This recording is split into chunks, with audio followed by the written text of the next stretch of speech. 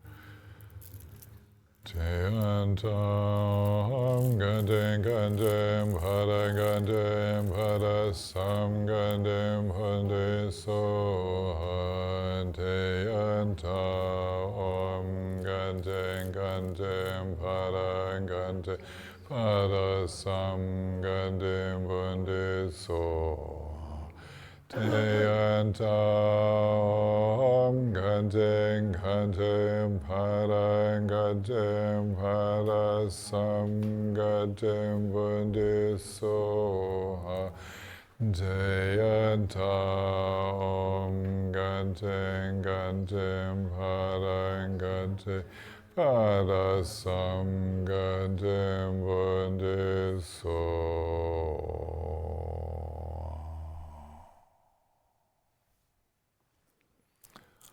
Und die große Mutter löst sich in Licht auf, verschmilzt mit uns und allen Lebewesen. Und wir ruhen im klaren Licht, in diesem Gewahrsein, frei vom Greifen nach irgendwelchen Inhalten.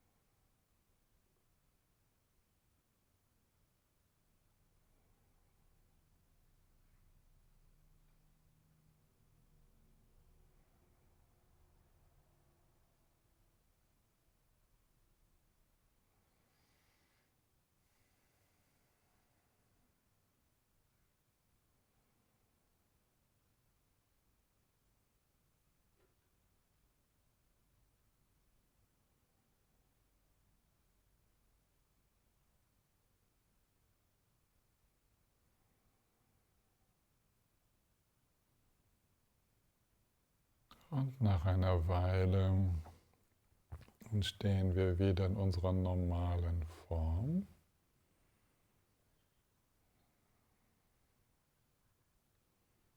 Und bereiten uns darauf vor, in die Aktivität, in die Nachmeditation zu gehen.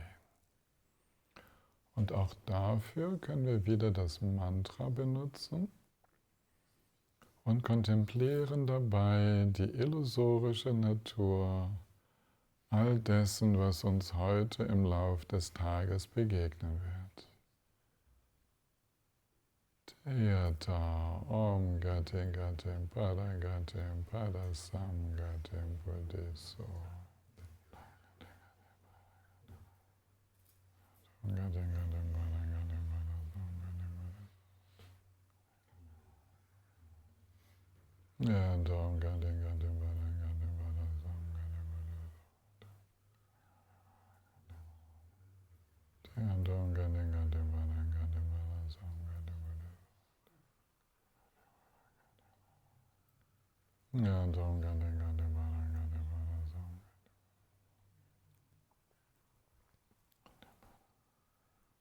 Ja, darum kann ich gerade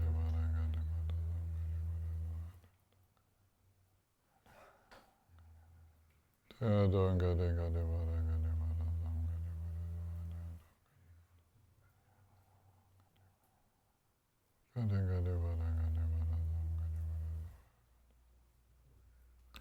Denkt an all die Situationen, die höchstwahrscheinlich auf euch zukommen und entwickelt schon mal eine Schau dafür, wie sehr all das geistige Gestaltungen sind,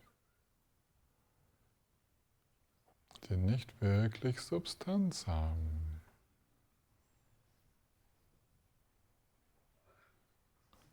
Kontempliert die Natur der Erscheinungen.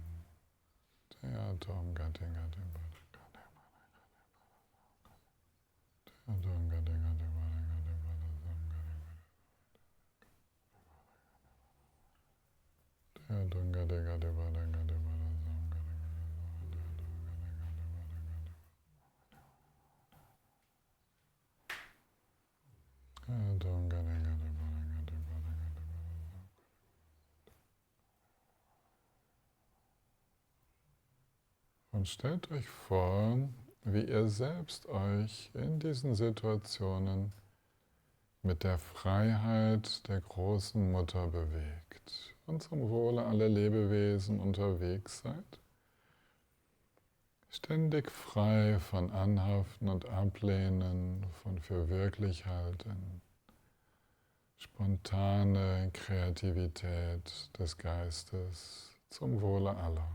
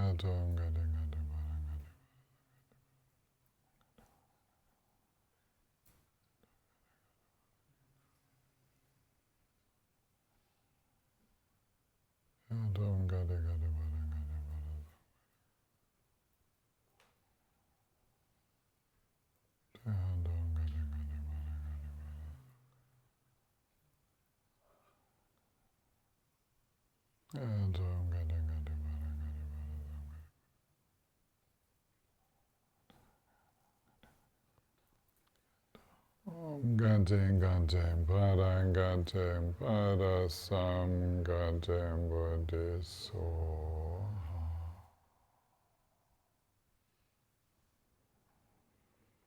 Und dann widmen wir diese Praxis schon mal mit einem offenen Ah in die Dimension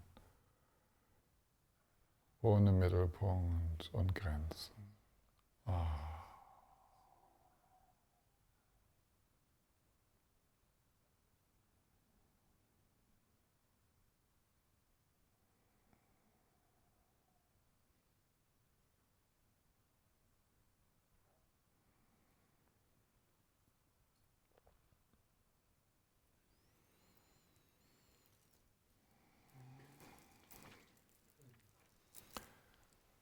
Wir machen weiter um 10 Uhr hier bei uns in unserer kleinen Gruppe.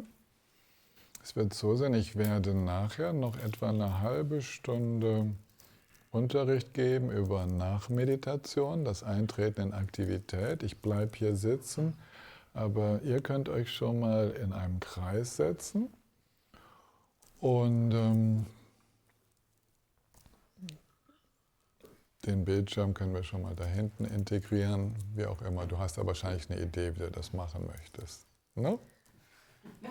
Oder ich komme zu dir oder wie auch immer. Ja? Wie wir das auch machen. Also wir werden dann noch etwa eine halbe Stunde Instruktionen und eine Meditation zur illusorischen Natur der Nachmeditationsaktivitäten machen und dann gehen wir in den Austausch. Okay. Bis um 10. Dann starten wir jetzt. Wir gehen in den Text. Wir sind in dem Schlusskapitelchen, wie die Sicht in der Nachmeditation erscheint.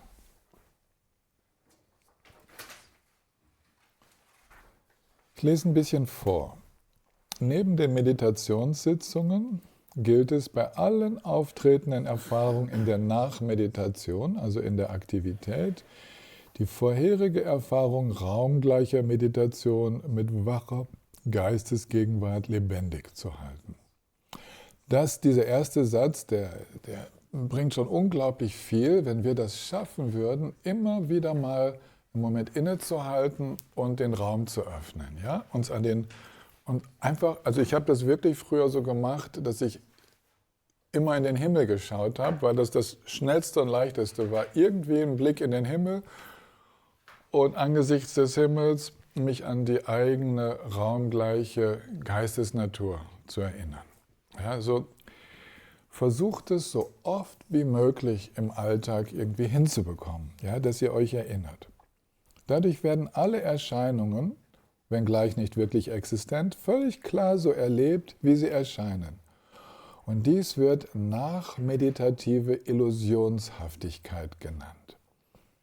Also diese nachmeditative Illusionshaftigkeit, ja, das ist das Zentrale, dass wir uns in der Aktivität dann des Raumes gewahr werden und merken, das, was in diesem raumgleichen Gewahrsein sich alles zeigt, ist auch Raum, ist nicht Substanz, ne? Und hat diese durchscheinende Qualität. Und es kann gestaltet werden, so, wir sind Mitgestaltende, aber nichts von all dem ist fest. Und das gibt uns die Möglichkeit zu gestalten, weil ja nichts fest ist. Und vielleicht kann man in diesen beiden Instruktionen raumgleich und illusionsgleich, da kann man das ist schon eigentlich die Essenz der Praxis von der Nachmeditation. Und ich springe noch ein bisschen weiter über die beiden Zitate hinweg, wo es dann heißt, es gibt noch viele weitere ähnliche Zitate, aber was bedeutet illusionsgleich? Damit ist nicht gemeint, dass man sich während des nachmeditativen Bewusstseins einredet, all die auftauchenden Erscheinungen sind nicht echt, sie sind wie eine Illusion. Mit solchen intellektuell erzeugten Vorstellungen würde man bloß eine Einbildung von Illusionshaftigkeit, sozusagen eine verkopfte Illusion erschaffen. Manchmal mag es nötig sein, so etwas zu tun, aber es handelt sich dabei nicht um das eigentliche Meditieren von Illusionshaftigkeit. Nun, was ist denn dann die echte Meditation oder Nachmeditation? Stelle dir einen geschickten Illusionskünstler, einen Magier vor, der Pferde, Elefanten und dergleichen hervorzaubert. Ne? Die Hasen aus dem Ärmel und so weiter. Diese haben zwar von jeher weder Eigennatur noch Wesenskern, doch lässt es sich nicht leugnen, dass sie als solche in Erscheinung treten. Also, sagen wir es mal in anderen Worten. Ihr seid in einem Teammeeting und jemand zaubert in diesem Teammeeting ein dickes Problem in den Kreis. Es erscheint, ja? Es erscheint so wirklich. Vielleicht seid ihr selber auch dabei, für einen Moment dran zu glauben, dann erinnert euch, das ist jetzt das, wie es sich in unserem geistigen Wahrnehmen, so Erleben zusammensetzt. Und dann sagt jemand, nee, ist nicht so, ist anders oder ist noch schlimmer. Und ihr seht, ja, und dann merkt ihr selber die eigenen Reaktionen auf all das. Durchschaut all das, was da entsteht, als geistige Gestaltungen. Sie sind wirklich, sie wirken, ja, sie sind auf eine Art real, aber sie sind nicht solide. Sie sind immer von Bedingungen abhängig. Und wenn wir es dann schaffen, mit den Augen oder dem Herzen der großen Mutter das Spektakel zu betrachten, merken wir, wow, wir brauchen dem nicht so auf den Leim zu gehen. Das ist ein bisschen so wie im Zirkus. Wir brauchen den Darstellungen nicht auf den Leim zu gehen. Wir können trotzdem unseren Spaß dran haben. Ja? Und diese innere Haltung, zu merken, das, was wir selbst erzeugen, das kommt ja nicht von den anderen, sondern wenn deren Kreationen bei uns auslösen, dass wir denen glauben, dann sind wir gefangen. Wenn wir merken, und das löst was bei mir aus, aber auch das, was es auslöst, die Ablehnung, die Anhaftung, das alles ist Teil des Spektakels. Also ich durchschaue, dass all das, was da erlebt wird, im eigenen Geist stattfindet. Auch wenn es scheinbar von den anderen produziert wird. Ich merke, dass niemand kann etwas in meinen Geist reinschieben. Ich kann dir kein Problem rüberschieben. Du musst es für wirklich halten, du musst es annehmen und nur dann wird es in deinem Erleben erlebt. Das geht nicht. Niemand kann dir einen Ärger rüberschieben. Niemand kann dir eine Freude rüberschieben. Alles ist das eigene Spektakel und wir durchschauen es.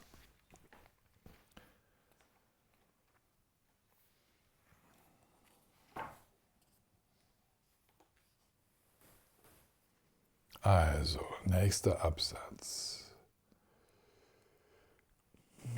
Auf dieselbe Weise neigen gewöhnliche Wesen zu dem Extrem, Erscheinungen von Individuen und Phänomenen als solche für echt zu halten. Yogische Praktizierende hingegen erkennen alles, was erscheint, tief im Innern als das, was sie sind, bloße Erscheinungen, die keinerlei zusätzliche Eigennatur oder Wesenskern haben. Sie erkennen, dass alle Phänomene letztlich ohne Eigennatur sind. Als ob sie die Zaubertricks eines Illusionskünstlers betrachten. Sie nehmen von daher alle Erfahrungen in ihrem relativen Erscheinungsaspekt nur als ungehindertes Schauspiel wahr, das letztendlich wie eine Illusion ist. Das ist die Bedeutung von illusionsgleich.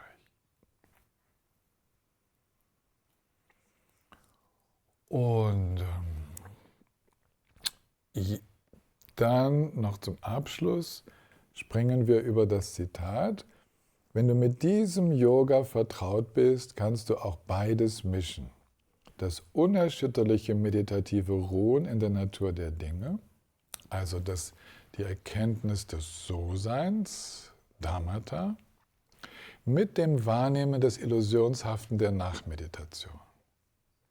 Dann erscheint alles, was du erlebst, als spielerischer, kreativer Ausdruck der Natur der Dinge. Das ist auf Mahayana-Ebene die Instruktion, wie man letztendlich in der Aktivität als Yogini oder als Yogi unterwegs ist.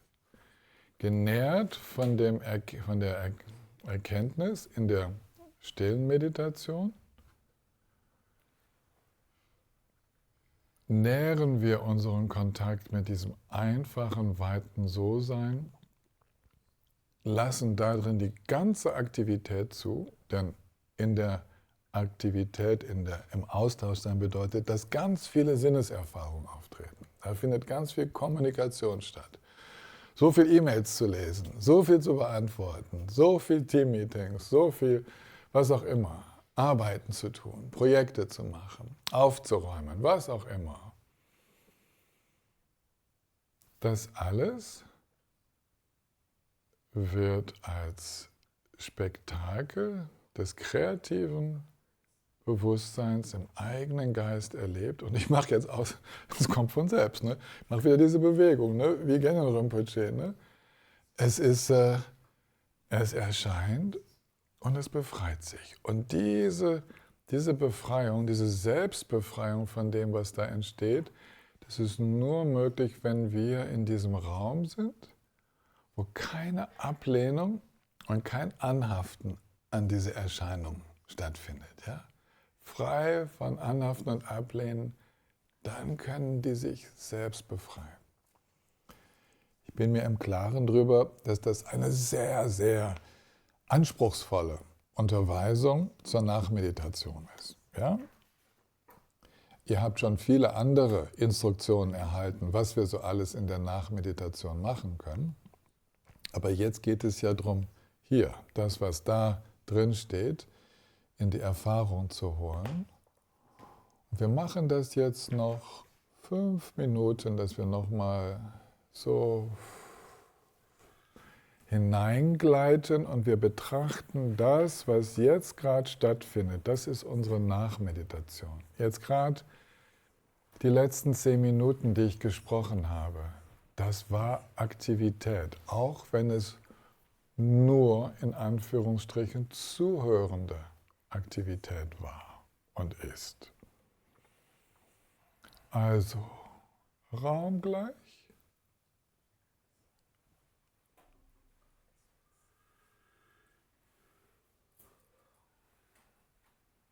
Viele geistige Gestaltungen.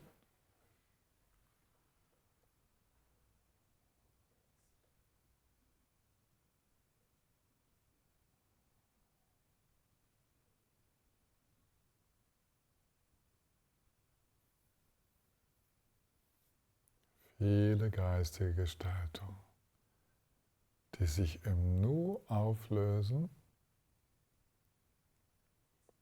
wenn es zwischendurch mal gerade kein Greifen gibt.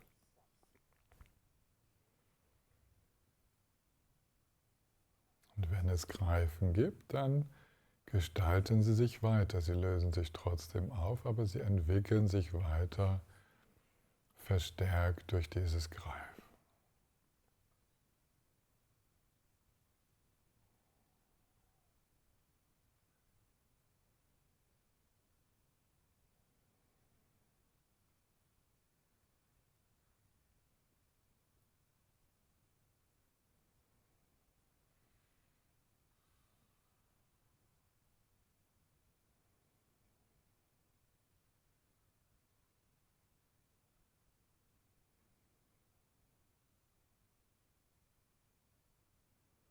Und was unterm Strich bleibt, ist so eine spielerische Leichtigkeit, eine sorglose Gelassenheit, die aus Mitgefühl und Weisheit die Situationen dennoch aufrichtig für das nimmt, wie es auch andere Lebewesen erfahren, also wir würden so sagen, ernst nimmt, sie nicht leugnet,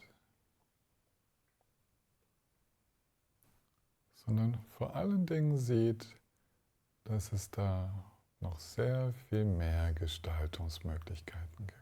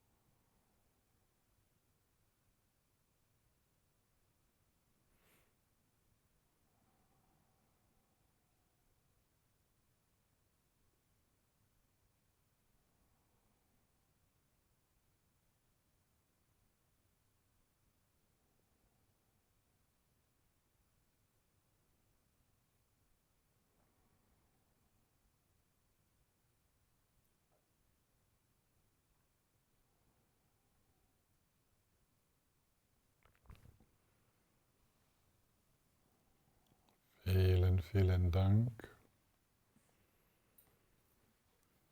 In mir taucht gerade die Erinnerung auf an Thich Nhat Hanhs Empfehlung mit dem damaligen noch Läuten des Telefons, was man im Plum Village hören konnte, wo alle dann innehielten, oder das Anschlagen einer Klangschale. Schüler von ihm haben auch diese Klangschalen-App dann als erste Mal entwickelt, die man sich in den Computer einspielen konnte, sodass immer mal wieder plötzlich mittendrin eine Klangschale ertönt. Ja, super, super Hilfen.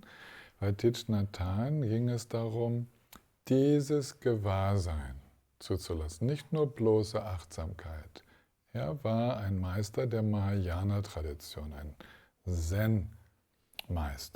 Und da geht es ebenfalls um dieses raumgleiche Gewahrsein der illusorischen Natur aller Phänomene. Also baut euch irgendwo mit euren Möglichkeiten so kleine Erinnerungen, was weiß ich, Klangschalen, Töne, irgendwas, etwas, was auf eurem Bildschirm plötzlich aufleuchtet oder daran erinnert, einfach mal für einen Moment wieder, das A. Ne? So. 1, 2 Fragen könnte ich jetzt noch dazu nehmen, bevor wir in den Austausch gehen.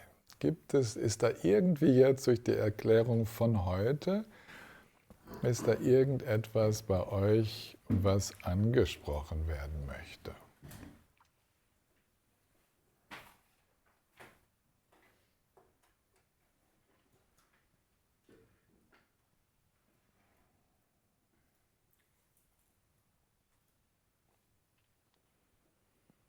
Na dann.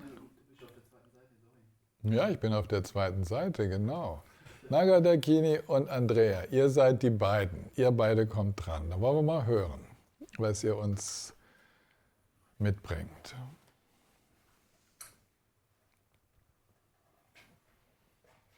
Mir kam gerade die Frage, wenn wir ins Tun gehen, wenn was zu tun ist, dann ist ja so ein gewisses Dranbleiben erforderlich. Und wie schaffe ich es nicht, in dieses Greifen zu kommen, mich darin zu verheddern? So. Ich meine, du hast zwar gesagt, dieses Raumgleiche, es zu merken, wenn die Enge ist, oder sowas in der Richtung. Genau. Wenn du merkst, dass du eng wirst, das ist super, wenn du diesen Sensor hast. Und als Übung schaffe ich mir immer so kleine Strecken, wo ich besonders bewusst bleibe. Ja, also bei mir zum Beispiel, da ich so viele E-Mails zu beantworten habe, immer zwischen einem E-Mail und dem nächsten. Und dann während des E-Mails muss ich ja irgendwie dranbleiben und Sachen abarbeiten und so, aber der Übergang, die Öffnung für das Nächste, was kommt. Und wieder merken, das, was auch immer jetzt kommt, sind geistige Gestaltungen, ja, die im raumgleichen Gewahrsein auftauchen. Also diese immer wieder. Oder beim Joggen zum Beispiel, das hat mir sehr gut getan, mir zu sagen, von hier bis zu dem Baum, den ich schon sehe, da hinten 50 oder 100 Meter entfernt, da laufe ich mit einem Gewahrsein so weit wie der Himmelsraum. Ja, das ist ja auch Aktivität, aber das kriege ich gerade noch hin. Bis dahin, das nicht zu vergessen und drin zu bleiben, das muss kurz genug sein, damit ich von Erfolgserlebnis zu Erfolgserlebnis gehe. Und nicht ständig Aufgaben. Und wenn eine E-Mail lang ist, kann ich ja vergessen, bis die bearbeitet ist, dass ich da diesen Raum machen soll. Das wird dir wohl so passieren. Und dann kann es natürlich sein, dass du zwischendurch mal Luft holst. Ne? Und, so. Und über den Computer hinweg in die Weite schaust. Ja? So. Oder den Blick mal wendest und rausguckst. Oder mal aufstehst und dir eine Tasse Tee holst oder so. Wir brauchen diese kleinen Unterbrüche, denn so kontinuierlich gewahrt zu bleiben, wie das hier vorgeschlagen wird, das ist sowas von herausfordernd, das ist eine Überforderung, wenn wir das versuchen. Ja? Aber immer wieder, kurz, Für ein paar Sekunden, das geht. Und sozusagen Tätigkeiten eher in Portionen einteilen, damit Ja, die Unterbrechung haben. genau, Okay. ganz genau. Danke, dann Danke. nehme ich die Andrea. Ja, danke schön, Tillmann. Ich musste eben so lachen, als du die Teamsitzung angesprochen hast. Da konnte ich ganz mitschwingen. Und dann habe ich mir überlegt, ich habe mir das vorgestellt und habe überlegt, ich bin ja dann irgendwie auch in diesem Raum mit den anderen Menschen in Verbundenheit. Und dann habe ich mich an das Herzsutra und deine Unterweisung erinnert. Die Fülle, die nur durch die Lehre eigentlich möglich wird und das Fließen, das nicht einen Wimpernschlag fest werden darf. Und das abhängige Entstehen, also diese Kräfte, diese Wirkfelder und die Konsequenzen, die sich daraus ergeben. Aber ich verstehe noch nicht, wo da diese Verbundenheit steckt in den Unterweisungen. Durch den für alle Wesen gültigen Urgrund, diese Bedingungen, weil wir alle Wellen desselben Meeres sind, oder wo muss ich mir, oder weil ich mir dieses Spektakel in der Teamsitzung mit weitem Herzen angucke und dann ins Mitgefühl komme, Das ist und alles, aus dem Mitgefühl sich Verbundenheit entwickelt? ja, oder? das ist alles richtig. Das ist alles richtig, was du sagst. Also ein Aspekt dieses Verbundenseins ist zu wissen, dass bei allen der Prozess auf die gleiche Art abläuft. Alle haben sie dieses raumgleiche Bewusstsein, bei allen entstehen diese geistigen Gestaltungen. Und das Mitgefühl spürt, ich möchte die anderen nicht brüskieren. Ich werde nie so etwas sagen, das sind ja nur Projektionen oder das sind ja nur irgendwie illusionsgleiche Probleme, die du da aufwirfst, sondern ja, das ist dieses Ernstnehmen. Das Mitgefühl weiß, für den Menschen ist das jetzt genau so. Ja? Und dann geschickt damit umgehen, um neue Möglichkeiten, neue Sichtweisen zu eröffnen und die eigene Flexibilität nutzen, um als Dienerin der Situation so unterwegs zu sein und alle mit ins Boot zu nehmen. Und das ist, was das Mitgefühl macht. Und die Weisheit weiß, dass nichts von all dem solide ist.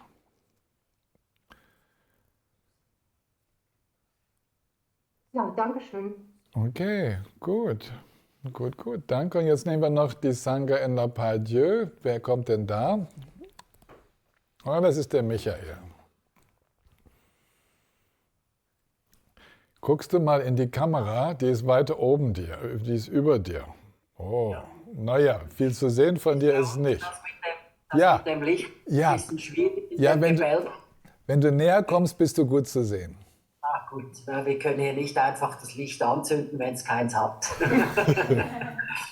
Ich habe noch eine Frage zu gestern.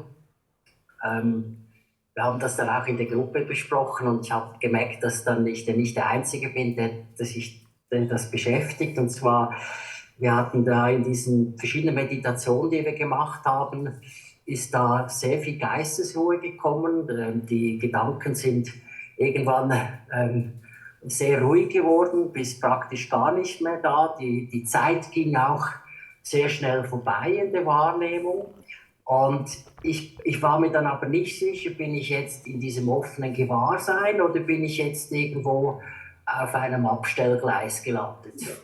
Und was mir eben danach so aufgefallen ist, dass, was du erwähnt hast, diese Frische, die war nicht da. Ich bin zwar präsent gewesen, ich war auch nicht müde, ich war wirklich voll da, aber wie gesagt, eben diese Frische, die ist dann nicht im Anschluss gekommen. Ja, solange du dir die Fragen stellst, bist du nicht im offenen Gewahrsein. Das kannst du das kannst du immer mitnehmen. Das ist so, weißt du? Denn die Frage habe ich natürlich danach gestellt, wo du das erklärt hast. Ja. Das ist eine Evidenz. Wenn man drin ist, spürt man das. Das ist so eine Klarheit. Oh, ja, so einfach, so frisch, so, ja, da braucht man sich die Frage nicht zu stellen. Aber was du beschreibst, ist eine ganz normale Erfahrung, das ist eine feine Erfahrung der Geistesruhe, die noch so einen leichten beobachtenden Schleier hat. Deswegen, weil dieses Beobachten, dieses Kontrollieren noch so leicht aktiv sind, deswegen fühlst du dich so ein bisschen wie in einer Sackgasse, aber du bist nicht wirklich in einer Sackgasse. Das ist nur etwas, was zu den normalen Erfahrungen dazugehört, wenn sich die Praxis entwickelt. Das ist auch der Nachteil dieser Gruppenmeditationen, wo angeleitet wird.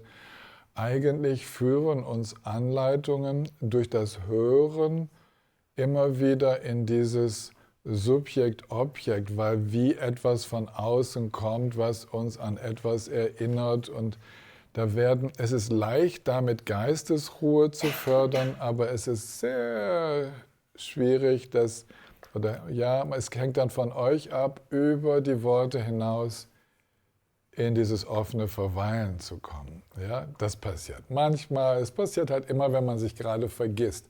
Aber vergiss dich mal, wenn da ständig jemand in deine Ohren so reinquatscht. Ne?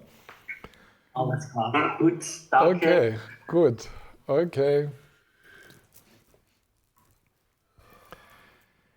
Dann gehen wir machen das jetzt so, wir machen eine richtige, so schöne Widmung gemeinsam mit den traditionellen Gebeten und nach dieser Widmung gehen wir noch einmal sehr bewusst in ein Loslassen und ein nicht begriffliches Widmen, so natürlich und so offen, wie es in dem Moment gerade so möglich ist. Denn danach, wenn wir wieder im Austausch zusammensitzen, dann wird nicht mehr aufgezeichnet und so. Das wäre jetzt das formelle Ende der Erklärungen mit den Übungen.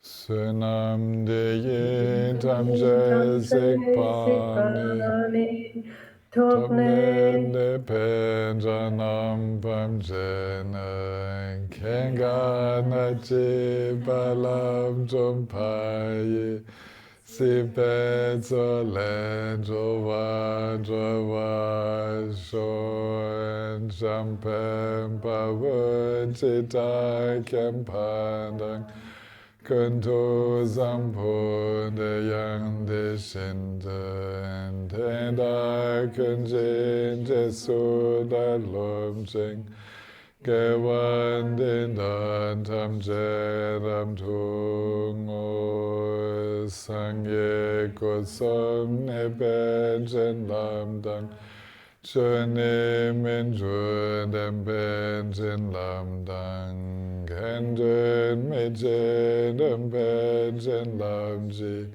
Jin Tang O Waman Lam Jung Bai Ju.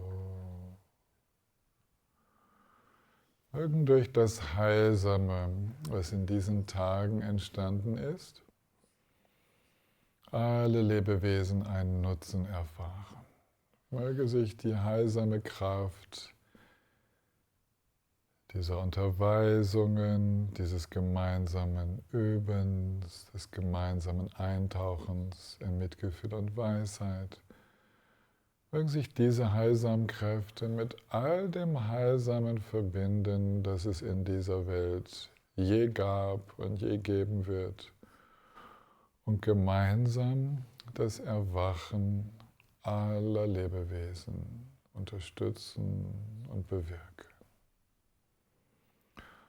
Und mögen wir diese Widmung von Herzen aussprechen, uns dabei völlig lösen aus aller Identifikation mit einem Meditierenden, einem Verstehenden, einer Yogini, was auch immer die Identifikation gewesen sein mag.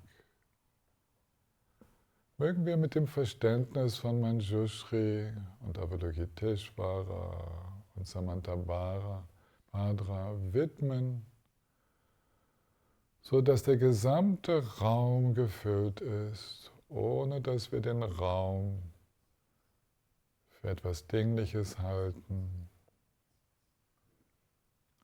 ohne dass irgendjemand irgendetwas für irgendjemanden widmet. Ah.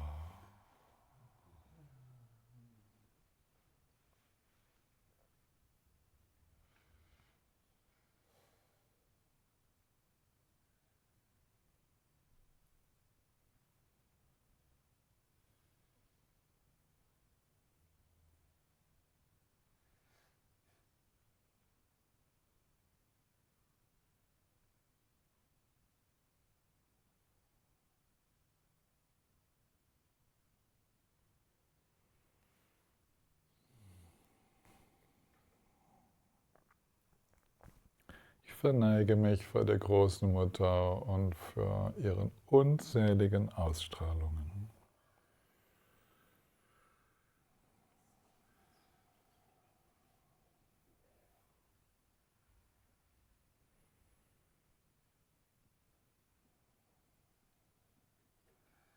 Zehn Minuten Pause und dann gehen wir in den Austausch. Und da kann noch mal jeder was sagen, wie die Einzelnen von uns die Woche erlebt haben, was die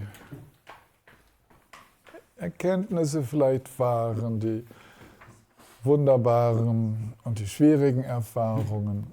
So, all das ist möglich, aber wir brauchen hier jetzt gerade dann noch einen kleinen Moment, damit wir den Bildschirm umstellen können und gucken. 10 Minuten Pause für uns alle. Oder sagen wir einfach, wir machen 11:15 weiter. Dann sind es ein paar Minuten mehr.